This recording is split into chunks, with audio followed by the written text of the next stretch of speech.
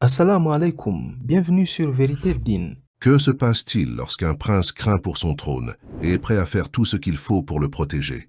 De l'enlèvement de dirigeants d'autres pays à l'arrestation de membres de sa propre famille depuis sa prise du pouvoir en 2017, Mohammed bin Salman s'est bâti une réputation d'un dictateur brutal et sans pitié.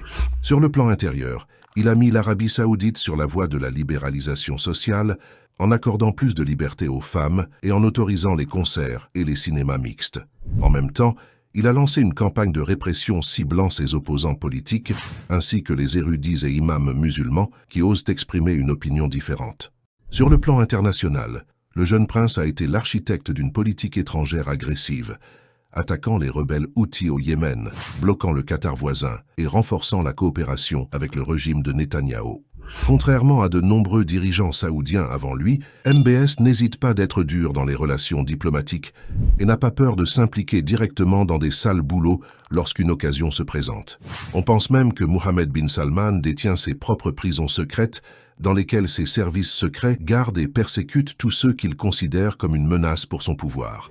C'est ce qui est arrivé à plusieurs membres de sa famille.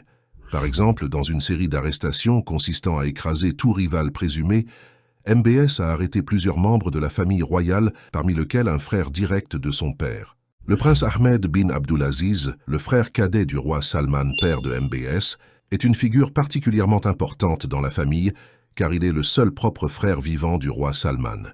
Tous deux sont les fils du roi Abdulaziz bin Abdurrahman al Saoud, le fondateur moderne du royaume d'Arabie saoudite. Il faut noter qu'auparavant, la succession se transmettait de frère en frère, jusqu'à ce qu'à la grande surprise de tous, le roi Salman élève son propre fils au rang de prince héritier en 2017, mettant de côté son petit frère Ahmed, qui pourtant était l'héritier légitime. Selon des observateurs indépendants, l'une des raisons possibles de ces arrestations pourrait être liée au vieillissement du père de MBS, le roi Salman, qui est aujourd'hui âgé de 88 ans. Ben Salman serait en train de chercher à éliminer les menaces potentielles à sa propre succession avant la mort de son père. Cependant, aucun des membres familiaux qu'il a arrêtés n'a donné la moindre indication de son intention de défier MBS et son pouvoir.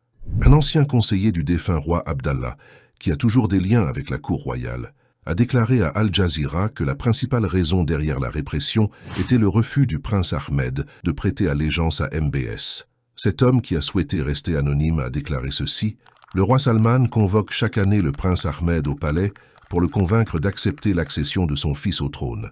La dernière fois que cela s'est produit, c'était le mois dernier. Mais Ahmed a toujours refusé de prêter allégeance à MBS, affirmant que c'était lui l'héritier légitime, conformément à la volonté de leur père. » Le prince Ahmed a commencé à être considéré comme héros, après qu'il ait critiqué la politique de MBS lors d'une rencontre avec des manifestants à Londres en 2018. Les manifestants scandaient contre la guerre menée par l'Arabie saoudite au Yémen et le prince Ahmed tentait de prendre ses distances de toute responsabilité. Il a déclaré ceci: « Cela n'a rien à voir avec la famille royale. Les responsables de cette guerre sont le roi et son prince héritier MBS. » Après ce commentaire, des Saoudiens mécontents de la politique de MBS ont commencé à publier sur Internet des vœux d'allégeance au prince Ahmed. Mais il a rapidement fait savoir qu'il n'avait pas l'intention de s'en prendre au prince héritier. Il a publié un communiqué affirmant que ses propos avaient été mal interprétés. Il est revenu au pays quelques jours plus tard, et à son arrivée, il a embrassé son neveu MBS qui l'attendait à l'aéroport. Depuis, les deux rivaux semblaient avoir entretenu des relations chaleureuses, car, contrairement à certains autres membres de la famille royale que le prince MBS soupçonne de trahison, le prince Ahmed avait été autorisé à entrer et sortir librement du royaume, jusqu'à ce qu'un jour, après être revenu d'un voyage à l'étranger, les services secrets du prince MBS l'arrêtent chez lui. Il a été arrêté en même temps que le prince Mohammed bin Nayef, cousin de MBS et ancien ministre de l'Intérieur. Ces événements ont eu lieu en 2020. Mais plus tôt en 2017, MBS avait arrêté des centaines d'autres personnalités, parmi lesquelles des membres de sa famille, des politiciens ainsi que des hommes d'affaires, dans le cadre de ce qu'il a appelé une campagne anti-corruption.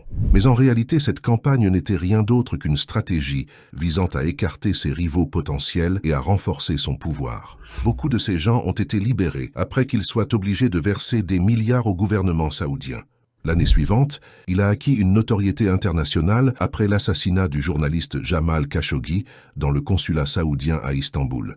Un assassinat que les agences de renseignement américaines pensent que MBS lui-même a commandité et supervisé. Je serai très ravi de lire votre point de vue dans les commentaires. Merci beaucoup pour votre temps.